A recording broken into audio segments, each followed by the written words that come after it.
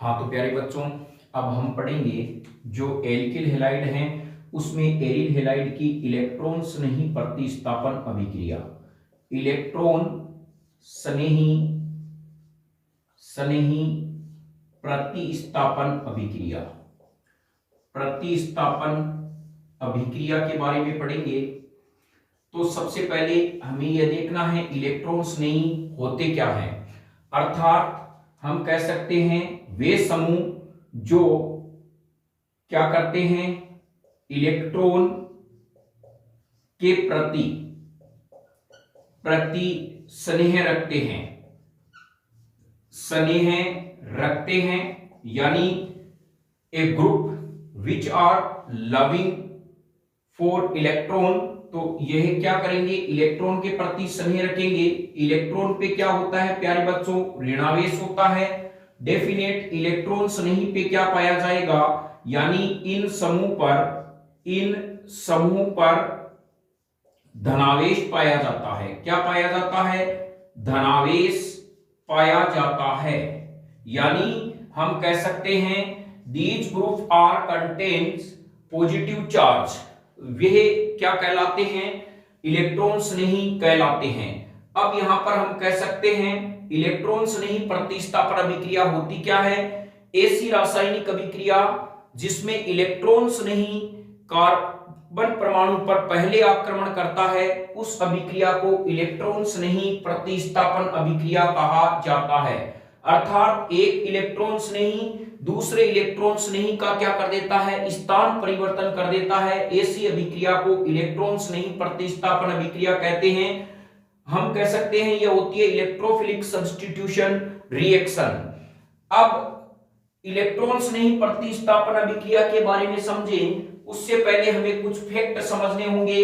हम बात करते हैं चाहे क्लोरीन की कर लें, चाहे हमारे पास में सभी जो हमारे पास में सिलेबस में दिए हुए हैं, एक तो हमारे पास में है इस प्रकार से क्लोरोबेंजीन, एक मेरे पास में प्यारे बच्चों क्या दिया हुआ है, OH समूह दिया हुआ है फिनोल, एक मेरे पास में क्या दिया हुआ है, यहां पर दिया हुआ है NH2। यहां पर क्या होता है, इनके पास में 3 लोन पेयर होते हैं, इसके पास में 1 लोन पेयर होता है। लोन पेयर की संख्या किस प्रकार से निकालते हैं हमें पूरा पता है। तो यहां पर देखिए, यदि मुझे ऑक्सीजन पे लोन पेयर की संख्या ज्ञात करनी है, वो फॉर्मूला हमने पूरा एक वीडियो डाला हुआ है कि किस प्रकार से हम किसी एलिमेंट पर लोन पेयर इलेक्ट्रॉन की संख्या ज्ञात कर सकते हैं। बाय चांस यदि आपको लोन पेयर की संख्या पता नहीं हो तो फिनोल में या एल्कोहल में ऑक्सीजन पे पूछे तो देखिए ओ होती है गोल शेप में, गोल शेप में 2 चीजें होती है, चांद और सूरज। तो यहां पर लोन पेयर की संख्या कितनी आएगी, 2 आएगी। यदि मैं अमीन में बात करूं चाहे अमोनिया में बात करूं, इसमें नाइट्रोजन पे कितना आएगा, तो हम कह सकते हैं हमारे जो नाक होता है नोच 1 होता है, तो अर्थात हम कह सकते हैं नाइट्रोजन पे लोन पेयर क्या आएगा, 1 आएगा। ये तो है हमें क्विकली, लेकिन किस प्रकार से हमें निकालना है उसका प्रोसेस पूरा का पूरा समझाया हुआ है वीडियो के अंदर। क्लोरीन के अंदर लोन पेयर की संख्या कितनी होती है, 3 होती है। तो यहां पर क्या होगा, हम कह सकते हैं क्लोरीन अर्थात ये 17 नंबर पे आता है। कितने नंबर पे, 17 नंबर पे। और 17 का मतलब क्या होता है प्यारे बच्चों, खतरा। अब हम कह सकते हैं खतरा तभी होता है जब किसी राज्य में 3 प्रकार की पार्टियां हैं, 1, 2 और 3। तो हमें पता है जब 3 पार्टियां होती है इनमें टक्कर बहुत शानदार होती है, आपस में सत्ता जाने का डर रहता है। तो यहां पर क्लोरीन पर कितने लोन पेयर आएंगे, 3 आएंगे। बताइए क्लोरीन एकांक इलेक्ट्रॉन युग्म कितने आते हैं, 3। ऑक्सीजन पर 2, नाइट्रोजन पर 1। यह कंसेप्ट आपने समझ लिया होगा और किस प्रकार से ज्ञात की जाती है उसका फॉर्मूला वीडियो में इन्वॉल्व है। अब हम समझते हैं -I प्रभाव क्या होता है, और दूसरी बात +R प्रभाव या +M प्रभाव क्या होता है। चलिए इसके बारे में हम समझते हैं। यहां पर जो -I प्रभाव कौन सा समूह डालेंगे, हमें बेंजीन वलय से जिस कार्बन से कोई तत्व जुड़ा है यह देखना है उसकी विद्युतनीयता ज्यादा है या कम है। कार्बन से क्लोरीन की विद्युत ऋणीयता ज्यादा है, ये इलेक्ट्रॉन को अपनी ओर आकर्षित करेगा, डेफिनेट ये क्या डालेगा, -I प्रभाव डालेगा। ऑक्सीजन की भी ज्यादा होती है, ये -I प्रभाव डालता है। अमोनिया, इसमें नाइट्रोजन की ज्यादा होती है, -I प्रभाव डालते हैं। अर्थात -I प्रभाव वाले वे समूह होते हैं जो किसी बंध में इलेक्ट्रॉन युग्म को अपनी ओर आकर्षित करके स्वयं ऋणावेशित हो जाते हैं, उन्हें क्या कहा जाता है, -I प्रभाव वाले समूह कहा जाता है। यानी कार्बन श्रृंखला में इलेक्ट्रॉन को अपनी ओर आकर्षित करने वाले समूह क्या कहलाते हैं, -I प्रभाव वाले समूह कहलाते हैं। यानी ये कहलाते हैं एक्सेप्टिंग ग्रुप कहलाते हैं, जो इलेक्ट्रॉन को अपनी ओर आकर्षित करते हैं। तो यह कंसेप्ट आपके बिल्कुल समझ में आ गया होगा। अब हम कहते हैं +R या +M का क्या मतलब होता है।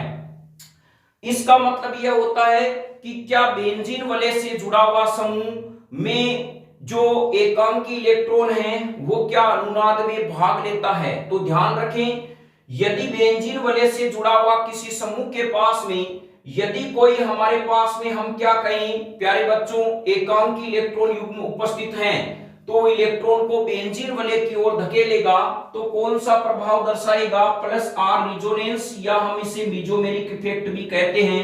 डेफिनेट इस पे लोन पेयर हैं, तो ये +R और +M प्रभाव दर्शाता है। दूसरा, ऑक्सीजन पर भी क्या होता है, लोन पेयर है, तो ये +R और +M प्रभाव दर्शाता है। नाइट्रोजन पर भी है, तो ये +R और +M प्रभाव दर्शाता है। यह आपका कंसेप्ट क्लियर हो गया होगा। हमें पहले तो यह देखना है कि कार्बन से जुड़ा हुआ समूह हेलोएरिन में यानी बेंजीन से जो समूह जुड़ा है उसकी विद्युत ऋणीयता यदि ज्यादा है तो -I प्रभाव दर्शाएगा। यदि उसी से कार्बन वाला कोई समूह जुड़ा है समान नेगेटिविटी वाला तो वो +I प्रभाव इफेक्ट दर्शाएगा। आगे हम देखेंगे कौन दर्शाते हैं।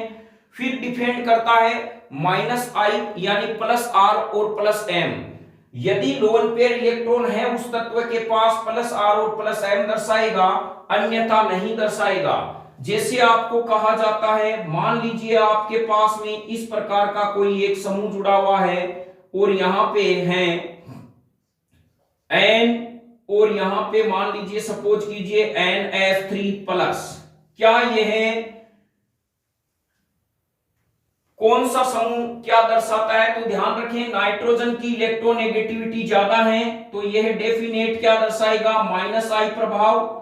लेकिन यहां पर नाइट्रोजन के पास लोन पेयर नहीं है तो यह +R और +M इफेक्ट शो नहीं करता है।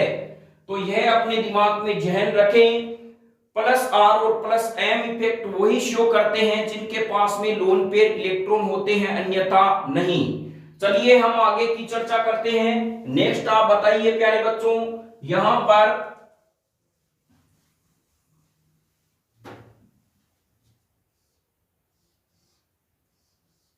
ये आपके पास में समूह दिया गया है, ये -I और +I में कौन सा दर्शाएगा, तो यहां पर हम बात करते हैं तो यह इसकी इलेक्ट्रोनेगेटिविटी क्या होती है, कार्बन से यदि हम कंपैरिजन करें तो इसमें sp2 संकरण होता है, इसमें sp3 होता है। अर्थात यह कार्बन की विद्युत ऋणीयता इस कार्बन की तुलना में कम है तो यह क्या करेगा, इलेक्ट्रॉन को बेंजीन वलय की ओर धकेलेगा, +I प्रभाव दर्शाएगा। क्या दर्शाएगा, +I प्रभाव। अब आप मुझे बताओ क्या यह कार्बन +R या -R प्रभाव दर्शाता है, बिल्कुल नहीं दर्शाएगा। कारण क्या होता है प्यारे बच्चों, यहां पर ये +R प्रभाव इसीलिए नहीं दर्शाता, ना ही -I। कारण क्या होता है, +R क्योंकि इस पर कोई लोन पेयर इलेक्ट्रॉन नहीं है तो मेथिल समूह +I प्रभाव दर्शाते हैं। तो यह कंसेप्ट आपका इस केमिस्ट्री के अंदर न्यू कंसेप्ट क्लासेज के माध्यम से क्लियर हो गया होगा। अब हम चलते हैं इलेक्ट्रॉन स्नेही प्रतिस्थापन अभिक्रिया में, जो हेलोएरिन की बात करते हैं। तो हेलोएरिन में क्या होता है प्यारे बच्चों, इलेक्ट्रॉन स्नेही प्रतिस्थापन अभिक्रिया में हम कह सकते हैं हेलोएरिन में जो हेलोजन परमाणु है, अर्थात हेलोजन परमाणु जो होता है उसकी विद्युत ऋणीयता जो जिस कार्बन से ये जुड़ा यानी विद्युत नियता होती है उसकी क्या होती है, ज्यादा होती है, तो ये इलेक्ट्रॉन युग्म को अपनी ओर आकर्षित करता है, जिससे क्या हो जाता है, यह जो बेंजीन वलय इलेक्ट्रॉन की धनी थी, इस बेंजीन वलय में इलेक्ट्रॉन की क्या आ जाती है, कमी आ जाती है। इसीलिए इलेक्ट्रॉन स्नेही प्रतिस्थापन अभिक्रिया में यह हेलोएरिन बेंजीन की तुलना में क्या होता है, कम क्रियाशील होता है। इसका रीजन यही है, हेलोजन का -I इफेक्ट। हम कह सकते हैं halobenzene is less active compare to benzene for electrophilic substitution reaction due to the -I effect of halogen. यहां पर क्या होता है कि बेंजीन इलेक्ट्रॉन स्नेही यानी प्रति अभिक्रिया तेजी से देती है। कारण क्या होता है, बेंजीन है वो इलेक्ट्रॉन की धनी होती है, इसमें 6 पाई इलेक्ट्रॉन होते हैं, इलेक्ट्रॉन डेंसिटी बहुत ज्यादा होती है। लेकिन हेलोजन परमाणु क्या करता है, -I प्रभाव के कारण इलेक्ट्रॉन को अपनी ओर खींचने से, इलेक्ट्रॉन घनत्व में कमी आने से इलेक्ट्रॉन स्नेही प्रतिस्थापन अभिक्रिया के प्रति बेंजीन की तुलना में कम क्रियाशील होता है। हालांकि यह इलेक्ट्रॉन स्नेही प्रतिस्थापन अभिक्रिया देता है, लेकिन इसके लिए कुछ कंडीशन होती है, हमें टेम्परेचर या रिएजेंट जो है वो कैटालाइज का प्रयोग करना पड़ता है, उग्र कंडीशन की आवश्यकता होती है इसको एक्टिविटी बढ़ाने के लिए। तो अब हमें इलेक्ट्रॉन स्नेही प्रतिस्थापन अभिक्रिया के बारे में पूछा जाए तो यह कंसेप्ट क्लियर हो गया होगा कि यह इलेक्ट्रॉन स्नेही प्रतिस्थापन अभिक्रिया में बेंजीन की तुलना में कम क्रियाशील क्यों है, यानी जो हेलोजन का है वो क्या है प्यारे बच्चों, -I इफेक्ट। इसके कारण जो हेलोबेंजीन है वो क्या होती है, बेंजीन की तुलना में कम क्रियाशील होती है। अब हम इसकी अनुनादी संरचना के बारे में देखें तो अनुनादी संरचनाओं के बारे में हमने विस्तार से पढ़ा है, किस प्रकार से इसकी अनुनादी संरचना होती है। ये मान लीजिए मेरे पास में क्लोरोबेंजीन है, ये इलेक्ट्रॉन इस प्रकार ये यहां पे आएगा और इस प्रकार से हम इसको शो करेंगे। तो ये मेरे पास में ये लोन पेयर यहां डबल बॉन्ड क्लोरीन प्लस आवेश और यहां पे यह यहां मूव करता है, फिर ये यहां आ जाता है। इस प्रकार से पाई इलेक्ट्रॉन को गतिशील इलेक्ट्रॉन भी कहा जाता है, क्योंकि यह क्या करते हैं, एक जगह से दूसरी जगह पर मूव करते हैं। यहां पे प्लस आवेश, फिर यहां पे नेक्स्ट आवेश, फिर यहां पे ये इस प्रकार। और ये जो 2 एरो का चिन्ह है, ध्यान रखें ये 2 एरो का चिन्ह प्यारे बच्चों उत्क्रमणीय अभिक्रिया को नहीं दर्शाता है, ये दर्शाता है सभी ऊर्जाएं एक ही तल में हैं, अर्थात इन सब की अनुनादी ऊर्जाओं की क्या है, मान, यानी प्रत्येक संरचना की ऊर्जा का मान समान है, सभी एक ही तल में हैं। नेक्स्ट हमारे पास में ये क्लोरोबेंजीन और यहाँ पे प्लस और यहाँ इस प्रकार का बॉन्ड यहाँ पे हमारे पास में आ जाएगा। फिर ये इलेक्ट्रॉन यहाँ चला जाता है और यहाँ से ये मूव करके और हमारे पास में इस प्रकार से क्या हो जाता है, ये संरचनाएं क्लोरीन की अनुनादी संरचना प्राप्त होती है। ये मेरे पास में अनुनादी संरचना फर्स्ट, ये सेकेंड, ये थर्ड और ये फोर्थ और ये फिफ्थ। तो देखिए इनमें से क्या प्रश्न पड़ता है। पहला तो हम कह सकते हैं कि अनुनादी संरचनाओं से स्पष्ट है, ये हमारे पास में पोजीशन ऑर्थो होती है, ये वाली कंडीशन, ये मेटा और ये पेरा और फिर ये मेटा और ये ऑर्थो। तो हम कह सकते हैं कि इस अनुनादी संरचनाओं से स्पष्ट है कि इनमें कोई भी ऐसी अनुनादी संरचना नहीं है जिसमें मेटा पर ऋणावेश हो। तो यहां पर हम कह सकते हैं इलेक्ट्रॉन्स नहीं तो वहां आके आक्रमण करेगा जहां इलेक्ट्रॉन की अधिकता है। तो यहां पर ये क्या करेगा, जब भी इलेक्ट्रॉन्स नहीं आएगा वो ऑर्थो या पेरा पे अटैक करेगा, अर्थात ऑर्थो व पेरा पे इलेक्ट्रॉन घनत्व का मान क्या होता है, ज्यादा होता है, जबकि मेटा पर इलेक्ट्रॉन घनत्व क्या होता है, कम होता है। इसीलिए जो उत्पाद प्राप्त होते हैं वो ऑर्थो या मेटा पेरा प्राप्त होते हैं, ना कि मेटा। तो समझ गए होंगे। प्रश्न आता है क्लोरोबेंजीन में या हेलोबेंजीन में आने वाला इलेक्ट्रॉन्स नहीं मेटा उत्पाद ना देकर ऑर्थो या पैरा देता है। क्यों? इसका मतलब है आपको उन्होंने अनुनादी संरचना ही पूछी है। आप अनुनादी संरचना बनाकर ये बता सकते हैं। अनुनादी संरचनाओं से अर्थात रिजोनेंस स्ट्रक्चर से ये स्पष्ट है कि ऑर्थो और पैरा पर ही ऋणावेश हैं, मेटा पर कोई ऋणावेश नहीं है इस संरचना में। तो हम कह सकते हैं ऑर्थो और पैरा पर इलेक्ट्रॉन घनत्व का मान मेटा की तुलना में अधिक होता है। तो आने वाला इलेक्ट्रॉन्स नहीं ऑर्थो या पैरा पे आक्रमण करेगा, ना कि मेटा पर। इसीलिए उत्पाद मेटा प्राप्त नहीं होकर क्या प्राप्त होता है? ऑर्थो या पैरा प्राप्त होता है।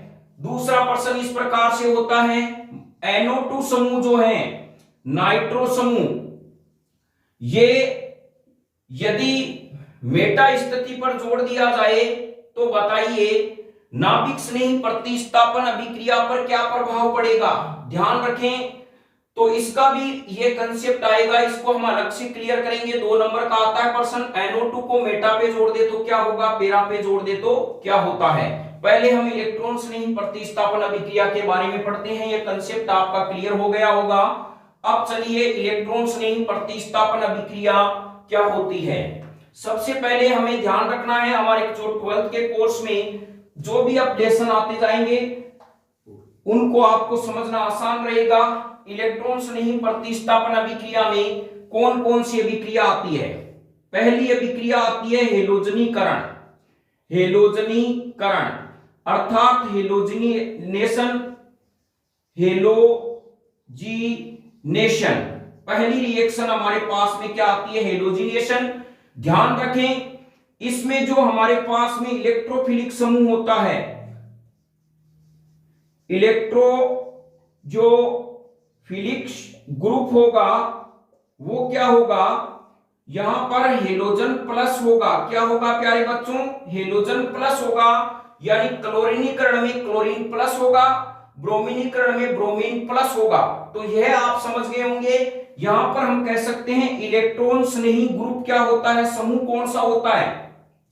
दूसरी हमारे पास में अभिक्रिया है नाइट्रीकरण। कौन सी है? नाइट्रीकरण, नाइट्रेशन अभिक्रिया। नाइट्रेशन अभिक्रिया इसमें क्या होता है, जो इलेक्ट्रॉन्स नहीं हमारे पास में काम में आएगा वो होगा NO2 समूह। यह भी ध्यान रखें, नाइट्रीकरण अभिक्रिया में इलेक्ट्रोफिलिक ग्रुप कौन सा होता है, कभी कभी डायरेक्ट 1 नंबर के प्रश्न आ जाते हैं, तो ये NO2 होता है। नेक्स्ट हमारे पास में जो प्रोसेस है वो है सल्फोनीकरण।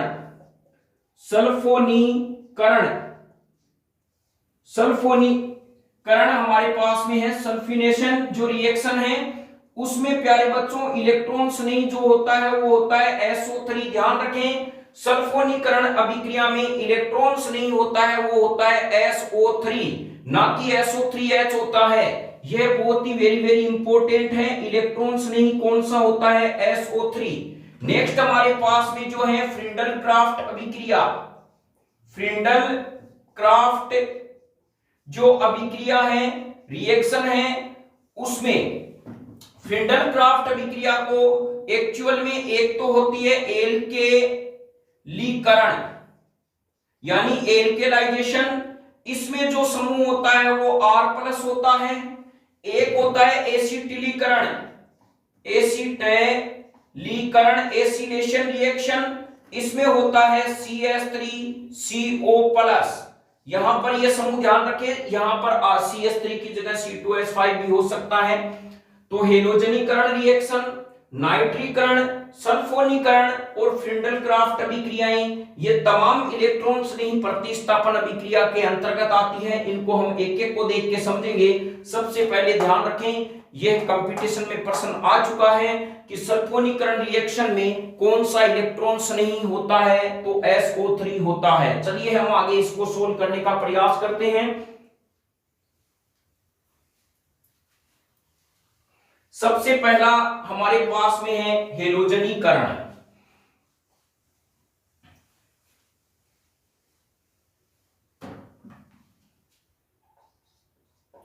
हेलोजनीकरण अर्थात हम कह सकते हैं हेलोजिनेशन। हेलोजिनेशन। तो हम यहां पे क्या कहेंगे, हेलोजनीकरण का मतलब होता है हेलोजन का जुड़ना, हेलोजन का जुड़ना। यह हमारे पास में क्या है, सामान्य अर्थ है, एडिशन ऑफ हेलोजन, ये हेलोजनीकरण है। अब हम यहां पे क्या कहेंगे, हमारे पास में ये है क्लोरोबेंजीन, इसकी अभिक्रिया जब मैं किससे कराऊंगा, क्लोरीन से, अर्थात Cl2 निर्जल FeCl3।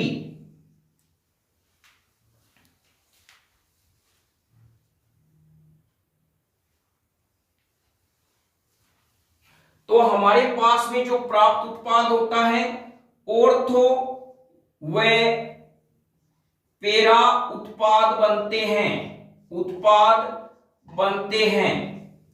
हम कह सकते हैं when the reaction of chlorobenzene with chlorine in presence of anhydrous ferric chloride to form ortho and para product। अब किस प्रकार से बनते हैं, चलिए हम देखते हैं। हमारे पास में ये है क्लोरोबेंजीन, क्लोरोबेंजीन, इसकी रिएक्शन हम क्लोरीन से करा रहे हैं और यहां पे ले रहे हैं निर्जल AlFeCl3। तो यहां पर क्या होगा, यहां से जो है एक ऑर्थो पोजीशन से H जाएगा या एक पेरा से जाएगा, लेकिन मेटा पे ये अटैक नहीं करेगा। तो हमारे पास में जो प्रोडक्ट प्यारे बच्चों को प्राप्त होता है वो एक क्लोरीन, क्लोरीन, और यहां पर हमारे पास में यह प्रोडक्ट प्राप्त होता है क्लोरीन और क्लोरीन।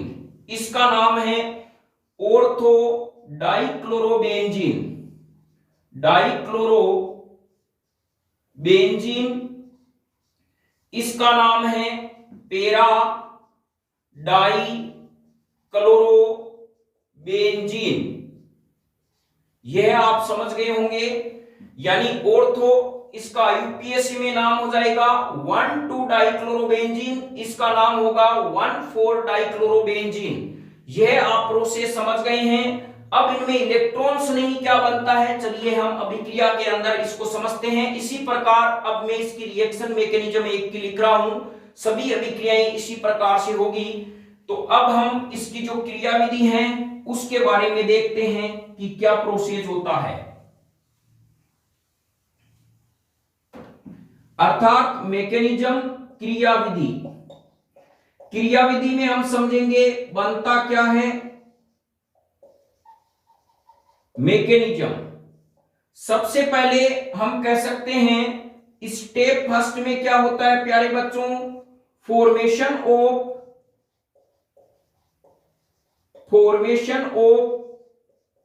इलेक्ट्रोफिलिक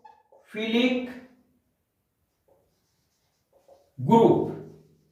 यानी सबसे पहली स्टेज में यह होगा कि इलेक्ट्रॉन्स ने ही ग्रुप का निर्माण होगा। किस प्रकार से होगा, देखिए क्लोरीन जो होता है वो FeCl3 से क्रिया करता है, ये होता है एनहाइड्रस। एनहाइड्रस का मतलब निर्जल से। तो यहां पर क्या होता है, ये इससे रिएक्शन कर लेने पर क्लोरीन प्लस बन जाता है और यहां पे बन जाता है FeCl4।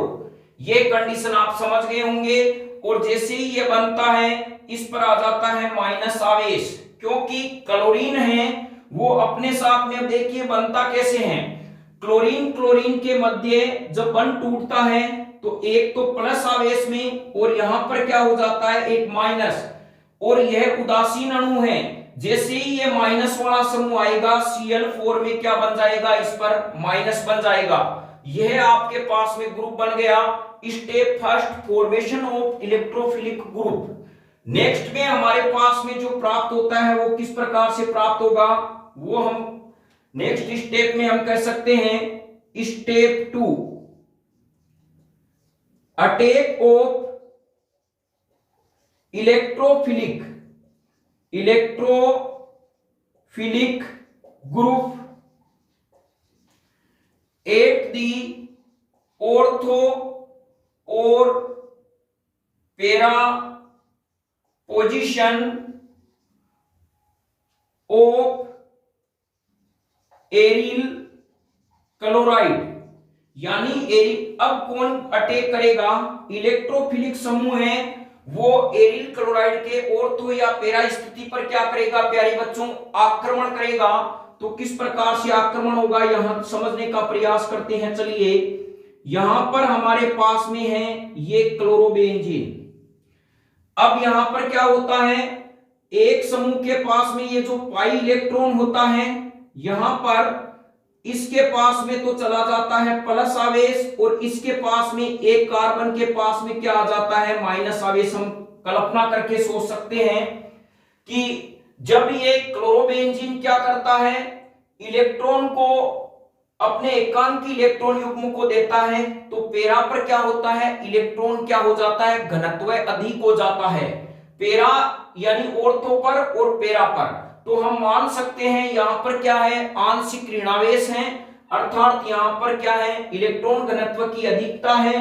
तो ये क्या करेगा? यहां पर जो क्लोरीन प्लस है वो कहां अटैक करेगा? यहां पर। और एक कंडीशन हो सकती है यहां पर अटैक करे, तो हमारे पास में कौन सा ग्रुप बन गया प्यारे बच्चों? इस प्रकार से जो है ये क्लोरीन हो गया, और यहां पर क्या हो गया? H, और यहां है क्लोरीन। तो अब आप समझ गए होंगे किस प्रकार से ये बॉन्ड का फॉर्मेशन होता है। और यहां होता है प्लस आवेश, क्योंकि इस पे माइनस है तो इस पे क्या आ जाता है? प्लस आवेश। यहां देखिए, जब ये पाई बॉन्ड है ये आने से प्लस आता है तो ये ध्रुवित हो जाता है, इस पर आंशिक ऋणावेश और इस पर आंशिक जो है धनावेश। तो ये है, इसको प्यारे बच्चों क्या कहा जाता है? अरेनियम आयन कहा जाता है, यानी इसको कहते हैं एरेनियम आयन। अब हम कहें अरेनियम आयन किसे कहते हैं? यानी वह आयन बेंजीन वाले एक कार्बन परमाणु क्या होगा? sp3 संकरण जो है धनावेश रखेगा। हम कह सकते हैं बेंजीन वाले में वह संरचना जिसमें एक कार्बन परमाणु क्या करता है? धनावेश रखता है, ऐसी संरचना को अरेनियम आयन कहा जाता है। अब क्या होता है प्यारे बच्चों, जैसे ही ये H बन जाता है तो यह यौगिक अनस्टेबल कंडीशन में रहता है, जिससे नेक्स्ट स्टेप में क्या होता है? हम कहेंगे रिलीज ऑफ प्रोटॉन। तो यह संरचना होती है इस प्रकार से। चलिए हम नेक्स्ट स्टेप के अंदर देखते हैं। तो स्टेप थर्ड के अंदर नंबर थर्ड स्टेप में हमारे पास में क्या आएगा?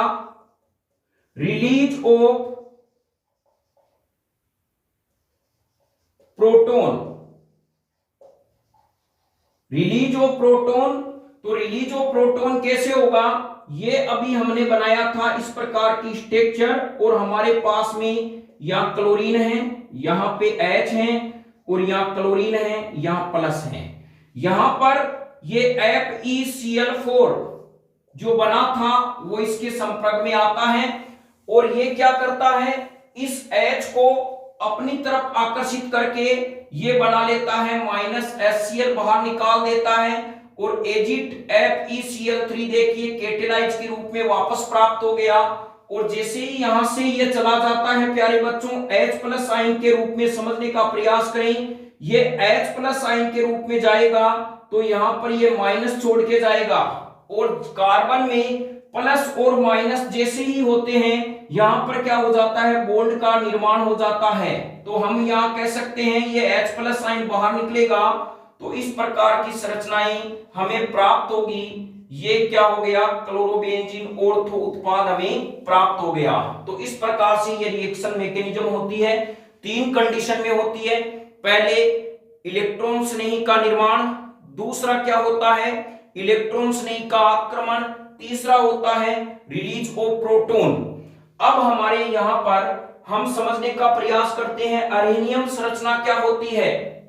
तो हम कह सकते हैं बेंजीन वलय में उपस्थित वह बेंजीन वलय की वह संरचना जिसमें किसी एक कार्बन परमाणु पर धनावेश पाया जाता है उसे अरेनियम आयन कहा जाता है।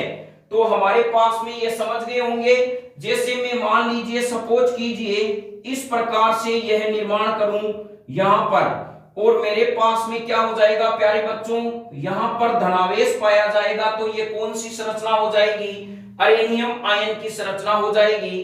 तो यह इस प्रकार से क्या होता है, अरेनियम आयन होता है। चलिए नेक्स्ट संरचना की ओर हम चलते हैं। तो एक शब्द आता है प्रोटॉन, आपको प्रैक्टिकल में पूछा जा सकता है प्रोटॉन क्या होते हैं।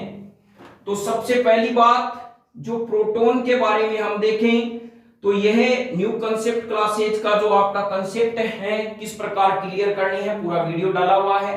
प्रोटॉन परमाणु के नाभिक में पाए जाते हैं, इन पर धनावेश होता है, आवेश का मान 1.6 गुणा 10 की घात -19 कूलाम होता है, और इसकी खोज है वो प्रोटॉन की खोज प्यारे बच्चों बताइए किसने की थी, गोल्डस्टीन ने की थी। अब प्रोटॉन मेरे पास में होता है H+ आयन, तो मैं क्या कहूंगा, हाइड्रोजन परमाणु की गैसीय स्पीशीज से जब एक इलेक्ट्रॉन बाहर निकाल दिया जाता है, अर्थात मैं कहूं हाइड्रोजन परमाणु है, इसमें इलेक्ट्रॉन कितने हैं, एक, इसमें से मैं एक इलेक्ट्रॉन बाहर निकाल देता हूं, तो मेरे पास बनने वाली स्पीशीज क्या कहलाती है, प्रोटॉन। ये प्रैक्टिकल में बहुत बार पूछा जाता है, तो अब आप यह ध्यान रखें। तो इसकी परिभाषा क्या हो गई, जब हाइड्रोजन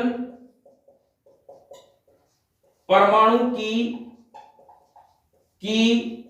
गैसीय अवस्था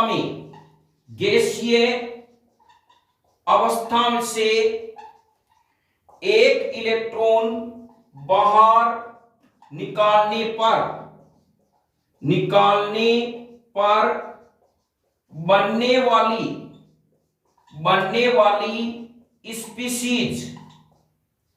स्पीशीज हैं वो प्रोटॉन कहलाती है।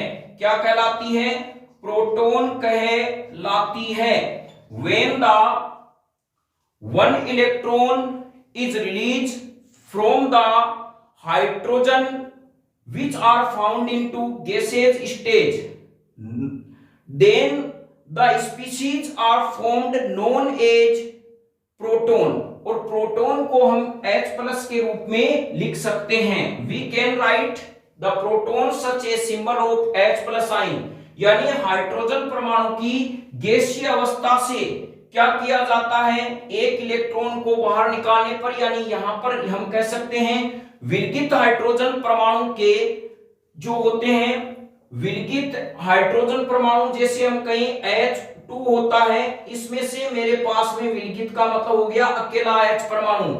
तो अतः हाइड्रोजन परमाणु अर्थात विलगित हाइड्रोजन परमाणु की गैसीय अवस्था से एक इलेक्ट्रॉन बाहर निकालने पर बनने वाली स्पीशीज को क्या कहा जाता है, प्रोटॉन कहा जाता है। चलिए नेक्स्ट स्टेप की ओर चलते हैं। हेलोजनीकरण आपके समझ में आ गया होगा। तो प्यारे बच्चों यहां पर सपोज कीजिए आपको एक प्रोडक्ट दे दिया जाता है क्लोरीन, और यहां पे आपको देते हैं ब्रोमीन। बताइए यहां कौन सा रिएजेंट लेंगे। अब आपको FeCl3 काम में नहीं लेना है। FeCl3 जब काम में लेंगे जब यहां पे क्या होगा, Cl2, यहां पे Br2 दिया है, तो यहां पे आपको लेना है FeBr3। तो यह समझ गए होंगे, यह लिया जाता है निर्जल अवस्था में, यानी एनाइट्रस फेज में लिया जाता है, और उत्पाद वैसे ही बनते हैं। यहां पर ऑर्थो ब्रोमोक्लोरोबेंजीन बनेगा व पैराक्लोरोबेंजीन बनेगा। तो समझ गए, Br2 का पूछे तो FeBr3 लेना है, ये नहीं लेना है, Cl2 है तो FeCl3। अब हमारे पास में दूसरी रिएक्शन आती है, वो होती है सल्फोनीकरण रिएक्शन। तो यहां SO3 जो समूह है वो इलेक्ट्रॉन से नहीं होता है, किस प्रकार से होता है प्यारे बच्चों, चलिए समझते हैं हम। हमारे पास में सल्फ्यूरिक एसिड का जो फॉर्मूला है वो इस प्रकार से है, O और H। ये मेरे पास सल्फ्यूरिक अम्ल है, और दूसरा मेरे पास में यहां पर SOH HSO4, इसको मैं इस प्रकार से लिख सकता हूं। ये दोनों ही अम्ल होते हैं। और एक प्रोटॉन देता है, दूसरा प्रोटॉन ग्रहण करता है, अम्ल और क्षार की भांति व्यवहार करते हैं। ध्यान रखें सल्फोनीकरण अभिक्रिया में जो कंसंट्रेट सांद्र H2SO4 लिया जाता है वो रिएजेंट और अभिक्रमक दोनों की भांति ही कार्य करते हैं। तो किस प्रकार से काम करेगा, यह अपना क्या करेगा, इलेक्ट्रॉन इसको देगा, तो यहाँ पे प्यारे बच्चों क्या आ जाता है O और H आ जाता है, प्लस आ जाता है SO, O आ जाता है और OH, और निकल क्या जाता है -HSO4 माइनस के रूप में बाहर निकल जाता है। अब यहां आगे क्या होता है, यहां से बॉन्ड टूटता है क्योंकि इलेक्ट्रॉन पे धनावेश आ जाता है, जिससे क्या हो जाता है, इलेक्ट्रॉन की विद्युत ऋणता सल्फर से ज्यादा होती है, इलेक्ट्रॉन को अपनी ओर लेके चला जाता है, जिससे -H2O बाहर निकलने से SOOH और इस पे आ जाता है प्लस आवेश। तो यहां पर क्या हो जाता है कि प्लस आवेश आ जाने से, सल्फर पे प्लस आवेश आने से ये जो ऑक्सीजन होता है ये लोन पेयर इसको देता है। जैसे ही ये लोन पेयर यहां पर आएगा, ये लोन पेयर यहां से इस पे और सल्फर पे इलेक्ट्रॉन घनत्व की कमी को पूरा करने से ऑक्सीजन पे धनावेश आ गया, तो ये ऑक्सीजन क्या करता है, इस हाइड्रोजन परमाणु के इलेक्ट्रॉन को क्या कर देता है, त्याग देता है, यानी H को कहता है भैया आप चलिए, मेरे पर खुद पे धनावेश आ गया। जैसे ही धनावेश आ जाता है ये H प्लस आयन बाहर निकल जाता है और यहां पर क्या हो जाएगा, जो समूह है वो इस प्रकार से संरचना बन जाती है। तो प्यारे बच्चों इलेक्ट्रॉन स्नेही का निर्माण SO3 होता है, यानी इलेक्ट्रॉन स्नेही सल्फोनीकरण अभिक्रिया में SO3 होता है, ना कि SO3H। ये ध्यान रखिए, कंपटीशन में प्रश्न आया हुआ है। चलिए अब हम अभिक्रिया के बारे में देखते हैं किस प्रकार से क्या होता है। सेम वही प्रोसेस है, अटैक ऑफ प्रोटॉन से फॉर्मेशन ऑफ, हमारे पास में इलेक्ट्रॉन्स नहीं होगा, ये HSO4 क्या होगा, अभी विलयन के अंदर हम कहीं सांद्र H2SO4 के रूप में उपस्थित होता है, और ये क्या करता है, जो HSO4 होता है जो बना था प्यारे बच्चों माइनस में, ये इस H को ले लेता है और वापस विलयन में H2SO4 क्या है, बना रहता है। अब हमारे पास में जो इलेक्ट्रॉन्स नहीं अभिक्रिया हम कह सकते हैं किस प्रकार से होगी, तो क्लोरोबेंजीन ये किससे अभिक्रिया करेगा, हम कह सकते हैं सांद्र H2SO4 से रिएक्शन, अर्थात कॉन्सेंट्रेट H2SO4 से रिएक्शन करता है, तो ऑर्थो व पेरा उत्पाद देते हैं। तो समझिए सल्फोनीकरण रिएक्शन है क्या, when the chlorobenzene reaction in the presence of concentrate sulfuric acid to form of ortho para product and the electrophilic group is SO3 is attack on the chlorobenzene at ortho और पेरा position. तो यहां पर समझ गए हैं क्या होगा। अब चलिए रिएक्शन हम देखते हैं किस प्रकार से होती है। क्लोरोबेंजीन की रिएक्शन किससे होगी प्यारे बच्चों, सांद्र H2SO4 से। हमें पता है कौन सा समूह बनेगा, यहां पर SO3H बनेगा, SO3 बनेगा। तो ये SO3 क्या करता है, यहां पर अटैक करता है और हमारे पास में ये SO3 और ये H यहां से रिमूव होके यहां जो निकला है वो यहां ऐड हो जाता है, और यहां पर ये मेरे पास में क्लोरीन और यहां क्या होता है SO3H। अब आप कहोगे सर आपने SO3 बताया था, H क्या, ध्यान रखिए प्यारे बच्चों, यहां पे H होता है इस प्रकार से है, जैसे ही SO3 आता है यहां पे SO3 जुड़ गया। अब इनमें आयनन प्रक्रिया से क्या होता है, ये H प्लस आयन को रिमूव कर देता है और यहाँ पे SO3 एक ऐड हो जाता है, अर्थात मान लीजिए सपोज कीजिए ये H है, तो ये SO3 यहाँ पे रीअरेंजमेंट की तरह यहाँ पे सेट हो जाता है और हमारे पास में यह अभिक्रिया है। इसका नाम क्या होता है, इसका नाम होता है ऑर्थोक्लोरो बेंजीन सल्फोनिक अम्ल,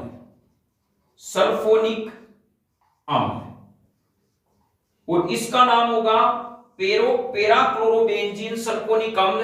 कारण क्या होता है कि यहां पर जो SO3 समूह होता है प्यारे बच्चों, यह मेन फंक्शनल ग्रुप होता है, जबकि हेलोजन होता है वो सब्स्टिट्यूट प्रतिस्थापी के रूप में काम करता है। इसीलिए प्रतिस्थापी का नाम पहले और जो फंक्शनल ग्रुप क्रियात्मक समूह है उसका बाद में होगा। 2 दिन के बाद में आपको जो क्रियात्मक समूह की सारणी है किस प्रकार से याद करनी है वो न्यू कंसेप्ट क्लासेस जल्द उपलब्ध करा देगा। तो यह समझ गए होंगे इस प्रकार से रिएक्शन होती है। चलिए नेक्स्ट रिएक्शन की बात करते हैं, नाइट्रीकरण अभिक्रिया।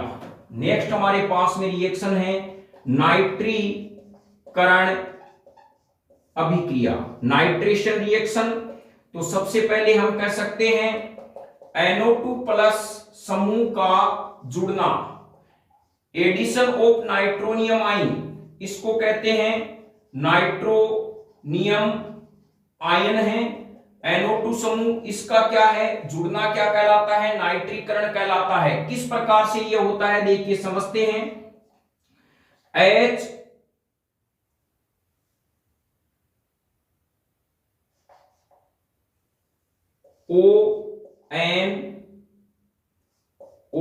और ये HNO3 की क्या है प्यारे बच्चों, संरचना होती है HNO3 की।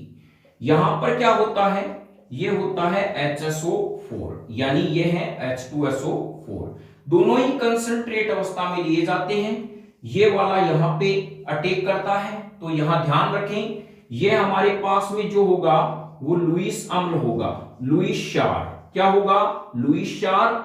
ये होता है लुईस अम्ल, अम्ल होता है, लेविश एसिड होता है।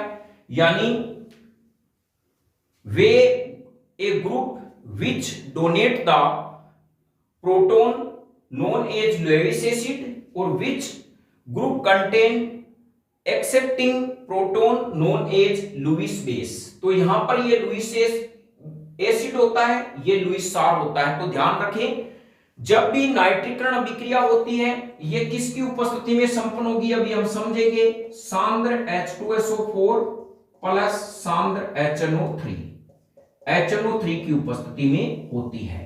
तो यहां पर होती है। और NO2 समूह क्या होता है, जो हमारे पास में है वो इलेक्ट्रॉन्स नहीं होता है। HNO3 यहां पर लुईस क्षार के समान काम करेगा, सांद्र H2SO4 लुईस अम्ल के समान कार्य करेगा। तो हमारे पास में जो ग्रुप बनेगा वो क्या बनेगा, HON, और यहां पे इस प्रकार से ये बन जाता है। H यहां आके जुड़ता है प्लस आवेश और यहां पे HSO4 जो है माइनस में बन जाता है। जैसे ही ये बनता है ऑक्सीजन पर इलेक्ट्रॉन घनत्व की कमी आ जाती है। तो प्यारे बच्चों ऑक्सीजन की इलेक्ट्रोनेगेटिविटी बताइए, नाइट्रोजन से ज्यादा होने से इलेक्ट्रॉन को अपनी ओर आकर्षित कर लेता है। तो इस बेचारे पे धनावेश, इस पे आ जाता है ऋणावेश। तो हमारे पास में जो समूह बचेगा यहां पे H2O बाहर निकल जाएगा और हो जाएगा NO2 प्लस। तो समझ गए होंगे नाइट्रोनियम, इसकी मैं इस प्रकार से स्ट्रक्चर बना दूं तो ये हमारे पास में क्या है, ये संरचना NO2 समूह की होती है। तो यहां समझ गए होंगे NO2 की संरचना क्या होती है, इलेक्ट्रॉन्स नहीं NO2 होता है। चलिए वही स्ट्रक्चर सेम काम में लेते हैं कि किस प्रकार से क्या होती है। अब हमारे पास में है नाइट्रीकरण अभिक्रिया। तो हम कहेंगे कि जब क्लोरोबेंजीन किससे अभिक्रिया करता है प्यारे बच्चों, सांद्र H2SO4 और सांद्र HNO3 से रिएक्शन करता है, तो हमारे पास में ऑर्थो व पेरा उत्पाद बनते हैं। इसे क्या कहा जाता है, नाइट्रीकरण अभिक्रिया। When the chlorobenzene reaction with सांद्र HNO3 in the presence of concentrate HNO3 in the presence of concentrate H2SO4 sulfuric acid to form ortho or para product known as nitric-current reaction. In this reaction, nitronium ion NO2 plus act as a electrophilic group. अब यहाँ पर हम बात करते हैं तो हमारे पास में यह रिएक्शन है क्लोरोबेंजीन की और यहाँ पर ले लिया जाता है जो है सांद्र अर्थात कंसंट्रेट HNO3 की अभिक्रिया कराएंगे। किसकी उपस्थिति में, सांद्र H2SO4 की उपस्थिति में। तो हमारे पास में मैंने पहले बताया नाइट्रोनियम क्या होता है, किस प्रकार बनता है, यहाँ पे NO2 समूह जुड़ जाएगा प्लस हमारे पास में यह क्लोरीन और NO2। इसको दो प्रकार से हम डिवाइड कर सकते हैं, ऑर्थो नाइट्रोक्लोरोबेंजीन, पैरा नाइट्रोक्लोरोबेंजीन भी कह सकते हैं, या हम इसको देखिए ऑर्थोक्लोरो नाइट्रोबेंजीन और पैरा क्लोरो नाइट्रोबेंजीन इसको कहा जाता है। तो यहां पर हम समझ गए होंगे कि किस प्रकार के ऑर्थो और पैरा प्रोडक्ट हमारे पास में प्राप्त होते हैं। नेक्स्ट हमारे पास में जो अभिक्रिया है वो है फ्रिंडल क्राफ्ट अभिक्रिया। जो महत्वपूर्ण अभिक्रिया है फ्रिंडल क्राफ्ट अभिक्रिया। फ्रिंडल क्राफ्ट अभिक्रिया, फ्रिंडल क्राफ्ट अभिक्रिया के दो भाग हैं प्यारे बच्चों। सबसे पहला है एल्केनीकरण, एल्केलाइजेशन, अर्थात हम कह सकते हैं एल्केलाइजेशन जो रिएक्शन है वो। इसमें ध्यान रखना सबसे महत्वपूर्ण बात है वो है इलेक्ट्रोफिलिक जो समूह है, इलेक्ट्रॉन स्नेही समूह R+ होता है, एल्किल समूह होता है, अर्थात इलेक्ट्रोफिलिक ग्रुप इज R+ होता है। ये बहुत ही महत्वपूर्ण जो है। इसमें रिएक्शन में किस प्रकार से हमारे पास में होगी, तो यहां देखिए हमारे पास में सपोज कीजिए ये है मेरे पास में CH3Cl, इसकी अभिक्रिया जब मैं AlCl3 से कराता हूं निर्जल से, यानी A नाइट्रस से, ये क्लोरीन को क्या कर लेता है प्यारे बच्चों, अपनी तरफ आकर्षित कर लेता है, अपने जाल में फंसा लेता है और AlCl4 बनता है। AlCl4 माइनस में रिएक्शन जो पहला प्रोसेस मैंने बताया था क्लोरोबेंजीन का, सेम वैसा ही होता है। यहां पर एल्किल समूह धनावेशित हो जाता है, इलेक्ट्रॉन्स नहीं के समान कार्य करता है। अब ये इलेक्ट्रॉन्स नहीं समूह किस प्रकार से अटैक करेगा और हमें जो अभिक्रिया है वो किस प्रकार से प्राप्त होगी, सेम वो का वही प्रोसेस जो क्लोरीनीकरण अभिक्रिया में हमने देखा था। यहां पर जो है CH3Cl ये हमारे पास में है और यहां हम कह सकते हैं जो है निर्जल AlCl3 काम में लेते हैं और हमारे पास में यहां से क्या होता है प्यारे बच्चों, -HCl है वो बाहर निकल जाता है और जो प्रोडक्ट है वो बनता है इस प्रकार से क्लोरीन और यहां पे CH3 जुड़ गया, प्लस हम कह सकते हैं ये हमारे पास में क्या हो गया Cl और यहां पे CH3। इसका नाम क्या हो गया, एक तो इसका नाम हो सकता है ऑर्थोक्लोरोटोलुइन, इसका नाम हो गया पैराक्लोरोटोलुइन। पहले तो ये दो नाम सामान्य हो गए। IUPAC में देखें तो क्लोरीन एक C पहले आता है, M बाद में आता है, तो हम कह सकते हैं 1-chloro-2-मेथिल बेंजीन, 1-chloro-4-मेथिल बेंजीन भी इसका क्या होता है IUPAC